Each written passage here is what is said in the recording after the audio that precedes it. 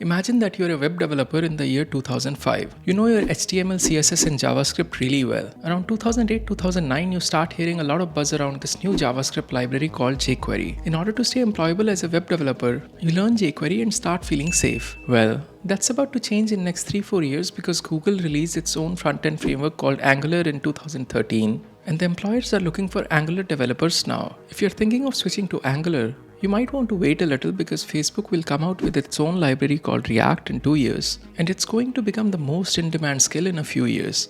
Or maybe wait until 2017 for Vue because Vue is going to be much easier to use than React. How on earth do you keep your job for a long term in such a rapidly changing environment? Yet new programmers get easily swayed by these day in the life of a software engineer videos that seem to suggest that if you just code for a couple of hours a day, raid the fridge for free snacks, and eat all the free food that you want, you can somehow get paid a ton of money for it. I hate to be the one to break it to you, but if it sounds too good to be true, it probably is. I have been in the tech industry for more than 5 years, and let me tell you, being a software engineer is not all sunshine and rainbows. There are some real challenges that you have to face as a software engineer, and it's important to have the right expectations before you dive into the tech industry. Most beginners believe that they will do a thorough research on best programming language to learn, master the language, and voila, they are set for life. What they don't understand is that one of the harsh realities of being a software engineer is that you have to start over and over again. As a programmer, you have to make peace with the fact that technology will keep evolving over time and you have to play catch up all the time. Surely, you'll not be starting from zero every time, but you have to be constantly learning. And this has become especially important in the world with rapidly growing AI technologies like ChatGPT. I receive so many messages about whether AI will replace software engineers. Should I learn programming now that ChatGPT is out? Well, if you're someone who gets flustered easily with the changing landscape of technology, I'm afraid software engineering might not be the right choice for you. You must have heard the stereotype that programmers have to be young, and if you're above a certain age, you are too old to become a programmer. I believe it's true, provided you know what it means to be old. In this new information age, being old is not defined by your age, but by how adaptable you are. If you resist new music, new food, new technologies, you might be too old even in your 20s. If you're open to trying a new restaurant, walking a different path home, to explore new technologies, you will be a successful programmer. Another reality that most people are not aware of is that software engineering as a skill has no moat. For those who don't know, a moat is a wide ditch filled with water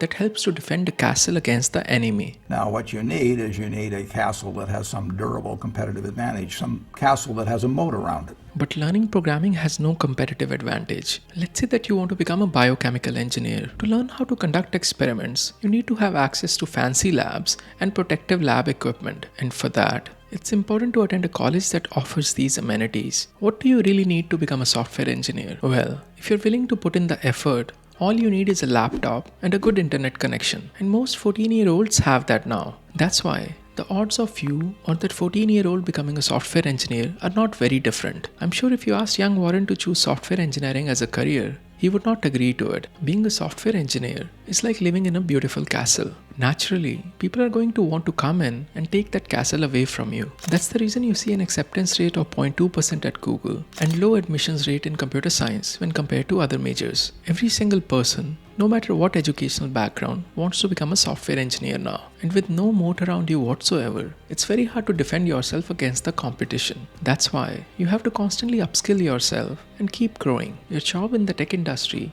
is as secure as your ability to find the next job. As a software engineer, you have to make peace with that. Talking about finding your next job, another harsh reality of being a software engineer is that the skills you need to find your next job cannot be learned on the job itself. Let me explain what I mean by this. If you're a mechanical design engineer, in your job interview, you can talk about the designs that you have made and how they help the company build new products and expand their business. But as a software engineer, past experience is only one of 6 or 7 interviews that you go through. On the actual job, you will be coding for your service, writing design docs, and doing code reviews. But when you go for job interviews, they will ask you these puzzle-like algorithmic style interview questions that don't really have much connection to the actual job of a software engineer. And these questions can be so hard at times that it's almost impossible to solve them within the 45-minute interview time frame. That's why many people hate going through these interviews. In order to prepare for these interviews, most people have to spend hours in the evening on top of their day job. They would go to a website like HackerRank or LeetCode and solve hundreds of these interview style problems.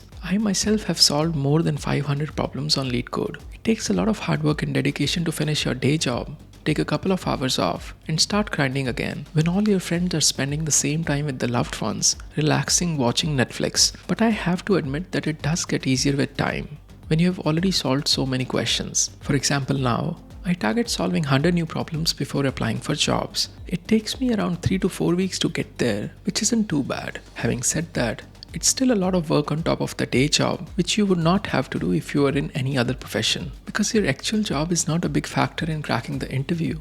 It levels the interview playing field. Every new graduate knows where to find and practice these questions, and if they're willing to spend enough time, they can get better at solving these problems than someone with years of experience. So any competitive advantage or moat that you might have built as a result of your work experience is completely gone if you go unprepared to these interviews. At the end of the day, companies will pick the candidate that performs the best in these algorithmic style interviews. That's why I believe that you should be mentally prepared for rejections when you're interviewing for programming roles. I myself got rejected more than 500 times before I got my first big break at Amazon. I hope it will work out for you as well. As we already discussed, these day in the life videos tend to suggest that software engineers work only a couple of hours a day. While that might be the case for some people, many engineers are working more than 40 hours a week, and in some cases, they can easily have 50-60 hour work weeks, especially close to a product launch. Here is a survey of Amazon employees where they were asked how many hours they work in a week. If you remove the first option, which is for the people who are not Amazon employees, around 17% engineers are working more than 60 hours a week. That's basically 9 to 9, 5 days a week. Those are pretty long hours. Only other industries that come to mind with such long hours are consulting and finance. As a result of these brutal hours, many people in tech report burnout. Here is a survey asking tech workers if they are burnt out. More than 75% workers reported a burnout. Now, I'm not claiming that any of these surveys are scientifically accurate, but these trends are quite alarming. If you were to ask for my opinion, how many hours you work is very much dependent on your team. Different teams in the same company can have different hours. For example, average hours I worked in Amazon was around 45 per week, and it has not changed much for me after joining Google. Comparing this to the answers in surveys, I have been quite lucky. On top of the long hours, there is something called on-call that many engineers have to go through. An on-call is usually a week-long assignment where you have to be available 24/7 in case something goes wrong with the service or the code your team owns. During the on-call, your phone might go off in the middle of the night, usually with a police siren sound. You're expected to get up and respond to the problem within 30 minutes. If you don't, then your manager will get this siren. And if your manager doesn't respond, her manager will get this call, and it can keep escalating. I have heard stories where the engineers had to go through the entire Friday night and Saturday trying to fix an on-call bug. Luckily for me, my on-calls have not been that bad. By the way, if you're wondering, at most companies, you don't get paid anything extra for the on-call. At Google, however, you are paid extra depending on the service you own. Despite being challenging, software engineering is a very rewarding job. If I have not scared you away and you still want to become a software engineer, here is a video where I tell you one easy, one medium, and one hard way to become a software engineer. My name is Sahil, and I'll see you in the next one.